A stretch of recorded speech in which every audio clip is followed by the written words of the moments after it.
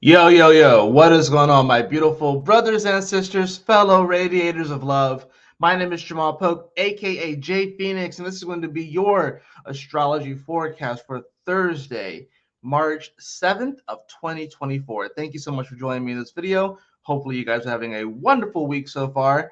Let's go ahead and hop into these astrological transits for today so we can see how you can be better prepared to navigate the celestial energies. We'll go ahead and throw up that calendar today. It says building energy today, but we definitely are gonna have some interesting things happen today.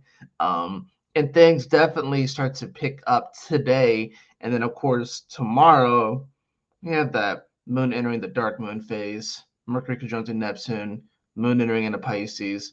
So today's energy really technically is no slouch, but like I said, if I were to add every single aspect that the moon would make, I would not be able to fit them in this calendar. So I'm gonna have to come up with a more creative way to kind of show what the moon is doing each day. So I'm still working on this. These transit calendars is something new that I thought about anyways. I wasn't doing them last year. I thought about this recently, you know what I mean? So I thought about it for January and then for February and stuff like that. So it's new, it's fresh, and still working out the kinks of it. But hopefully something like this is a good tool for you guys and you guys can utilize it. If you would like for me to send you this transit calendar, just let me know. You can email me and I'll send you the calendar, and yeah, we'll be Gucci. Anyways, let's go ahead and pull up the chart for today. Actually, before I do that, let me actually turn the sound notification on my phone down so you guys don't hear that in case I happen to get notifications, because I don't want y'all to hear all that stuff. All right, let's see. Let's go ahead and pull up that chart for today. See what we got going on. All right, cool. So, wow. Oh, would you look at that? If there's anyone out there that has a kid or is born at 8:30, your 12th house is looking kind of your 12th house is looking kind of crazy. Like if this was like someone's birth chart, which this is somebody's birth chart somewhere. This is someone's birth chart somewhere. You got Saturn, Sun, Mercury, Neptune, North Node, and Chiron on the 12th house. That is gnarly. Talk about a traffic jam in your 12th house. Talk about a spiritual traffic jam. Like, holy shit. But as of the current moment, we do, of course, have that moon there at 7 degrees of Aquarius. And it is going, like I said, be making some aspects throughout the day. It's going to, of course, be making, I think the main thing, of course, is we're going to see that moon make the nice little square over to Jupiter here, right? So at 12 degrees. Now, of course, this moon in Aquarius is going to feel a little bit more emotionally detached, if you will, and might actually be a decent thing, but it went over Pluto. Now it's getting ready to conjunct Mars and Venus, but it's a little bit more emotionally detached. Jupiter over here in Taurus, of course, is wanting us to expand on our value, really see our worth, because Jupiter is also about the vision. And so it's like it could be difficult right now for us to see our worth, to see our value. And with that moon in Aquarius, we probably are wanting other people to see it as well. But maybe there is some miscommunication here. Maybe we're not seeing everything eye to eye with people, right? So I think this is really about, honestly, we have to trust that we have the right people around that can see our value, that can see our worth. Because Aquarius is all about, the people, masses. It's also about your unique self. So, another thing about this too is that because this is Aquarius, and it can be like random shit that comes out of nowhere. These can be random emotions that come out of nowhere. That's the thing about Moon in Aquarius, is that it's emotionally detached, but it's also emotions that can just fly in out of nowhere and then will trigger certain memories that you'd be like, where the fuck did that come from? I haven't thought about that person in 8 years. And that's the kind of stuff that could happen here, right? So this square, so we're not going to feel it too long. We're going to feel it for like a few hours, because like I said, the moon doesn't move super fast. But there could be a bit of a challenging energy when it comes to this moon and this Jupiter, right? Wanting to feel like, you know, we can be embraced for our uniqueness, embraced for, the value that we bring to the table. But it may be hard. Maybe we don't feel as valuable within certain groups of people, and we have to learn how to either see things from a different perspective. You know what I'm saying? Or we have to learn how to maybe we have to learn how to just not take things so personally, kind of detach a little bit. That's the other thing about this moon in Aquarius. So now I would say probably the most important aspect of the day is the fact that Mercury is closing in on that Neptune. Um, it's within a degree and a half, I guess you would say, because that Neptune is getting ready to edge and onto the 27th degree. Now, last year, Neptune retrograded at 27 degrees of Pisces, right? So that's the thing about this. It's about to hit the degree that it retrograded at. And it is definitely trying to get off of that 27th degree and get to 28 degrees, which happens to be my moon degree. But the reason why I say that this is probably the most important aspect is because it is beginning things are becoming hazier and murkier and hazier, especially when it comes to our thoughts, especially when it comes to information, because that's what Mercury also rules. It rules information. So you got to think about it. This is probably arguably the weakest planet right now, Mercury, and the strongest planet, Neptune. I've been saying that for the last few days, and I'm going to keep saying it because it's super important and I want to drill it home. When you get these two planets meeting together in Pisces, it's going to cause a lot of confusion. It's going to cause a lot of befuddlement. It's going to cause a lot of edge because these are the last few degrees of the whole zodiac. That's the other part about this. So, if you are feeling edgy, if you're feeling tired, that's the other part about this. If you're feeling tired, sleepy, you know, a bit drained, these are the reasons why. When we don't have a lot of fire energy right now. We have Chiron in the North Node in Aries, right? We have Athena in Sag. We have nothing in Leo, right? And if you look at the fire ruling planets, the strongest one I would say is probably Mars out of them. I mean, we can look at the not the charts. We can look at the actual scores for them. I was correct without even having to look at the scores. I was correct that Mars is actually the strongest one out of them because Jupiter is -5, as is the Sun, and you have Mars at +1. So it's not even super strong. It's just has a little bit of umph to it. So yeah, Mars is the strongest planet out of the planets that rule the fire signs, right? And the issue with Mars is that it's feeling like it's lagging behind. Venus has moved past them, right? It's not going to catch up to the sun. It ain't going to catch up to Mercury. He's going to catch up to Saturn. Ooh, yay. Mars, the foot soldier, gets to report back to the boss. Ooh, yay. So that's the weird thing about it. So it's like, and it's in Pisces. Saturn's in Pisces too, because so Saturn is kind of like on a vacation, and then the foot soldier is now. This is literally, oh my gosh, okay.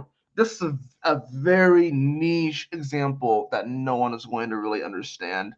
But because of my freaking mind and the way that it works, this is just what I'm pulling from. Okay, there's a particular episode of Pokemon, like in the original series, and the focus of this episode was a Pokemon named Shelder and Slowbro. Like I'm gonna just, I guess I have to show you guys. Fucking.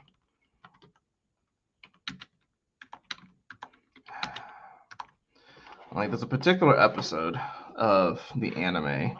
Um, yeah, it's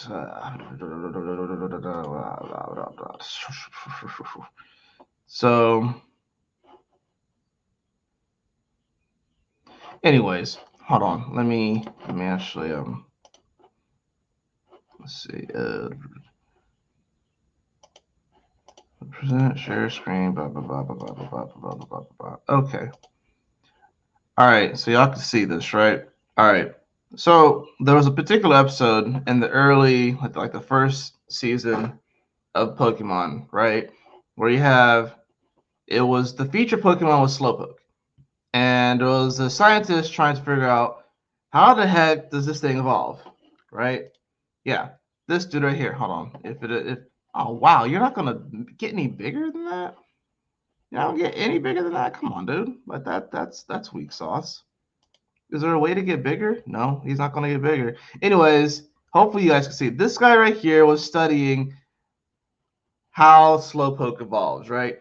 Now there is a scene on in this particular episode, right, where Giovanni, who is the head, of course, of Team Rocket, right?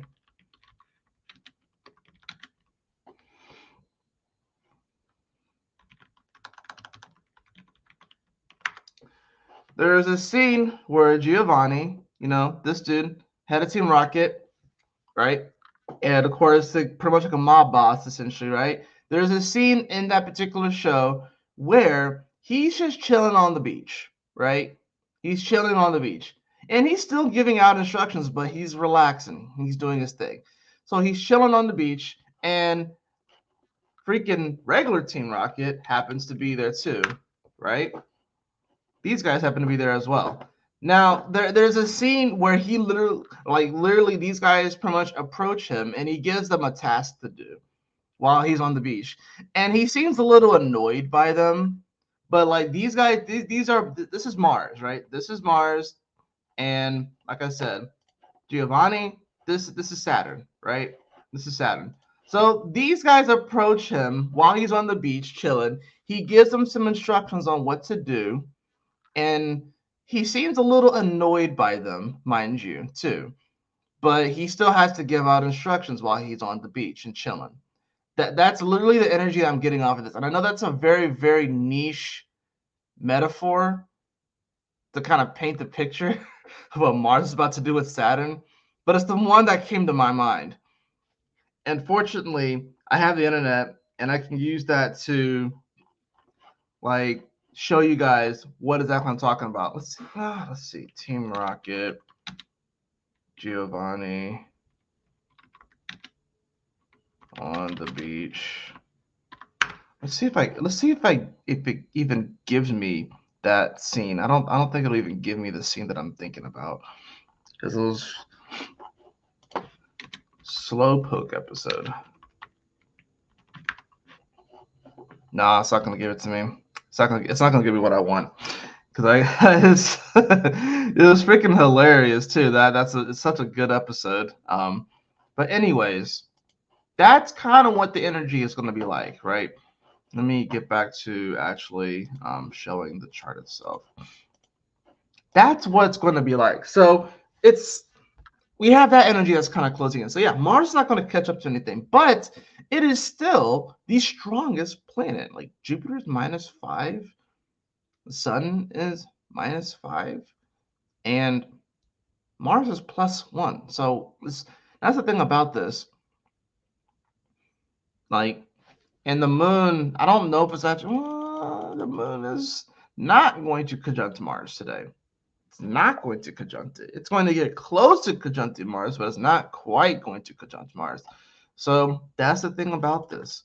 I would say the most important thing today to remember is to not give up, because that Mars, like I said, as far as like fire energy, as far as like the inspirational kind of motivational energy that fire kind of brings, it's the strongest one. Not super strong, but it's the strongest one. So I think we have to remember that with the actions that we're taking with this Aquarius energy, we have to act a little bit differently and outside the box a little bit. Or if anything, we have to just act according to our unique self and not pigeonhole ourselves and try and act in a way so where we can assimilate into society or assimilate into a particular group. That's the other part about this. Are you looking at your actions? Are you acting in a way that is unique and true to you? Because remember, this Mars is dispositing this Chiron in North Node. Are you acting in a way that is unique to you, or are you acting in a way where you're just assimilating into a group of gray blobs and don't have anything unique about you, getting the same thing that everyone else is regurgitating, right? And if you are subject to the Mercury Neptune propaganda, the negative aspects of this transit. The positive aspect is that psychic abilities and intuition is going to be freaking sky high. It may be hard to articulate that and translate that, but it's going to be sky fucking high. That's the positive thing about that aspect. The negative thing is that it can be easy to get fucking duped. It can be easy to get swayed by propaganda that is meant to have you in a place where you are not realizing your true power and pitting you against other people. That's keeping you separate instead of unifying you. Now that's the main thing about that. So let's go ahead and hop into the cards. I know it's kind of a interesting day. It's kind of a weird day. That moon is, like I said, it's going to be moving throughout that second decan of Aquarius. It's not going to quite get to Mars.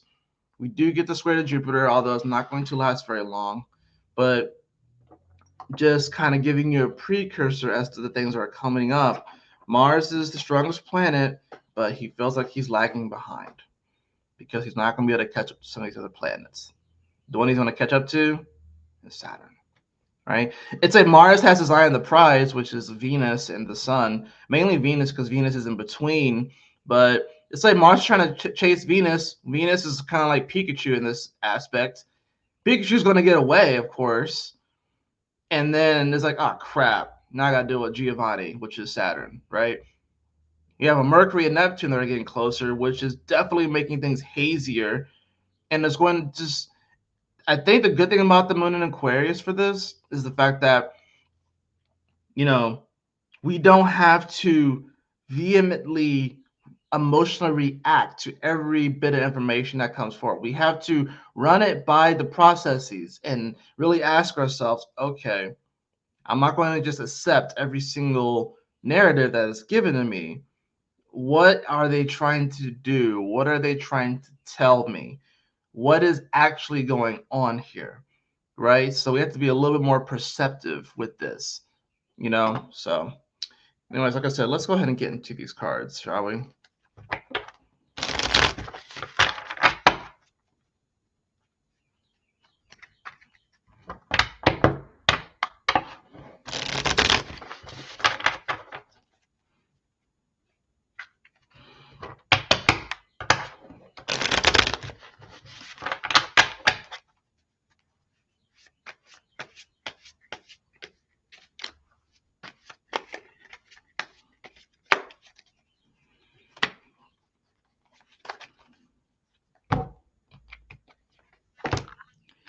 I have the Tower card in reverse. I've gotten this card before. I actually pulled this card in my March overview. Tower card in reverse. You know, maybe we are afraid to kind of clear things out so new things can come in its place. I also have that followed by the Two of Swords. Yeah, there's definitely something that we're kind of holding back from. There's a bit of a stalemate here, right? There's a bit of a stalemate here. You see the swan there kind of holding the heart up too. Well, actually, no, it's tied onto the branch. Never mind. It's tied onto the branch. But yeah, there's this element here where there's a bit of a stalemate. We're kind of wondering, we're kind of wavering, and we're trying to balance things out in our heart and see where we actually, where we're actually feeling. What energies are we putting our stock in more? What things do we value more? So we're kind of balancing things out, but we're kind of stuck, you know. saying that this is a source, this is an air quality thing. So I think we're trying to weigh things out in our mind, but it's hard because there's a lot of information that's coming in. It's very hazy, it's very murky, and we don't necessarily know what to do. So, and whenever I see the Tower card in reverse, I usually think of someone who is trying to hold everything together, but it's destined to collapse, or it's already collapsed and you're just rummaging through the rubble for days on end trying to find like one particular heirloom or one particular thing instead of going out and creating it again or getting it a new one, and we're just kind of stuck on just rummaging through the rubble. It's time to move forward. You know what I'm saying? It's time to move on. It is time to take that next step. Bottom of the deck, I do have the Judgment card. Jeez, these are like some pretty strong cards. I have the Judgment card. I think we all have to just answer the call today. You know what I'm saying? Whenever I see this is about whether or not we're going to answer the call to that Spirit is sending out the signal. And I feel like honestly today is kind of like the precursor to the rest of the month because, like I said, it gets more intense. Moon moving into the dark moon phase. Tomorrow, Mercury is going to be on Neptune, and then things are going to kind of start to kick off, and we're really going to see some interesting things. I feel like even it's kind of actually perfect too because I believe the State of the Union is tonight in America. Let's see. Is it tonight? Let's see. Yeah, the State of the Union for America is tonight. Now, the State of the Union usually happens in January, right? Usually happens in January, but it's happening tonight, which is crazy. This is very late that it's happening. What time is it? What time is it happening? Oh, it's happening at 9 p.m. Eastern Time. Oh yeah, a lot of eyes are going to be on this thing right here. But that's the thing about this too. Like, I think today may be the day where we realize that the America that we knew has collapsed. You know what I'm saying? And I feel like and I feel like it already has collapsed in ways and needs to transform. But here's the thing: the whole world is transforming. I think we got in our head that America was impervious to this sort of stuff, but every single country in the world is transforming right now. So America is it's not immune from this. You know what I'm saying? But I think what's going to happen today is that this whole union, for a lot of people, is going to pretty much split people. And people are rummaging through the rubble of what has collapsed. On a larger scale, I would say it's like our country and stuff like that here in America. And they're trying to rummage through the rubble, trying to pick up the things that they could take with them to the next world or the next creation and stuff like that. But I think it's really going to come down to is like, you know what? We still have the memory. We still have these things in our heart. We don't necessarily need like the physical thing, metaphorically, in the rubble. We can go and recreate it and probably make it better. You know what I'm saying? Just for shits and giggles, let's look at 9 o'clock to see, since it's happening at 9 p.m. Eastern time. That's pretty much that's what it said, right? 9 p.m. Eastern time. Just want to make sure. State of the Union 2024. And I want to say, yeah, it's going to be happening at 9 p.m. Eastern time. We'll see if they're actually are on time too. But just for shits and giggles, let's look at 9 p.m.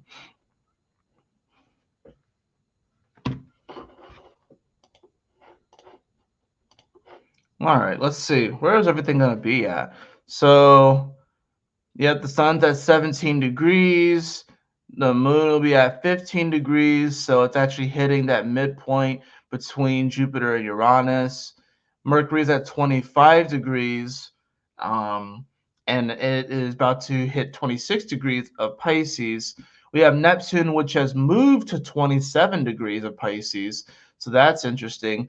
The moon is going to be in sextile to the north node and trining the south node. So that's kind of an interesting thing as well. So It should be a pretty interesting address, but I think it's going to be a very confusing address. It's already late, which kind of makes sense though because we have all this Pisces energy. Saturn's in Pisces, which causes delays, right?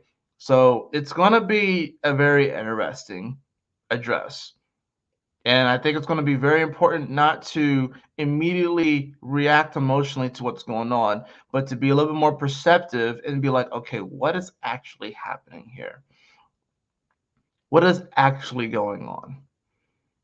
You know what I'm saying? So, but because that moon is in Aquarius and it will conjunct Mars and Venus tomorrow as it's entering its dark moon phase, meaning that's within 30 degrees of the sun, Friday is going to be a pretty intense day because you're going to have all these different political pundits talking about this address and not just political pundits, but you're going to see things. And, Aquarius rules the internet, so you're going to see people responding to it on social media and other different things. It's going to be a very interesting one.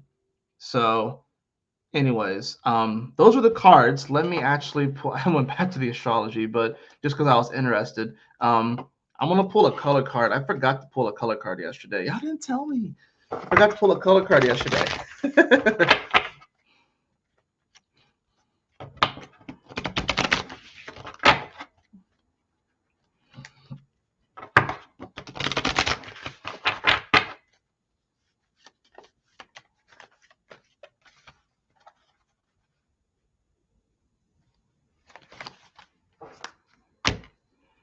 I have the card of Rose, which was attract a relationship. Attract a relationship. So, just like I said, it doesn't have to be romantic, although Rose would assume that it's romantic. It doesn't necessarily have to be romantic, but this could be a new friendship. It could be a new relationship, like romantic wise. If you are already in a romantic relationship, then I would say this is more so about just strengthening that relationship, strengthening your communication, if you will. I'm gonna draw another card because the main reason why I drew this card is because I saw this little flip right here. So something drew me to it, but I'm also being called to draw another card as well. I got the card of Emerald. Calm your mind, body, and soul. I think that's honestly what it comes down to. If you can calm your mind, body, and soul, then you probably will law of attract this relationship into your life.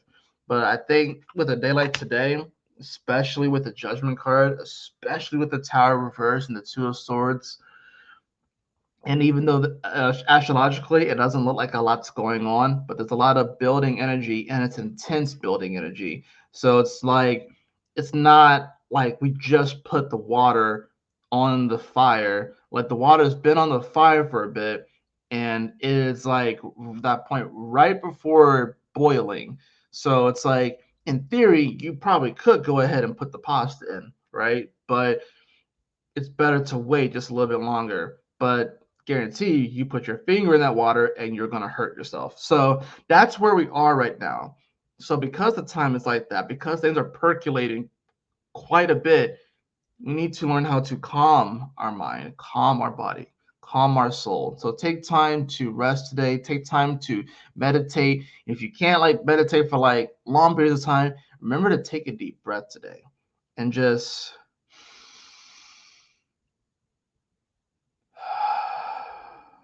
like slow down, detach a little bit, recalibrate, and then keep moving forward. That's going to do it for your daily astrology forecast for this Thursday, March 7th. I hope that you all enjoyed it. If you did, please like, share, and subscribe. I definitely appreciate it. If you'd like to have a personal reading with me, beloved, you can follow the link in the description below to my website, jphoenix.com. And as always, y'all take care, stay blessed, have a wonderful Thursday. I will see you all on the next astrology forecast. Peace.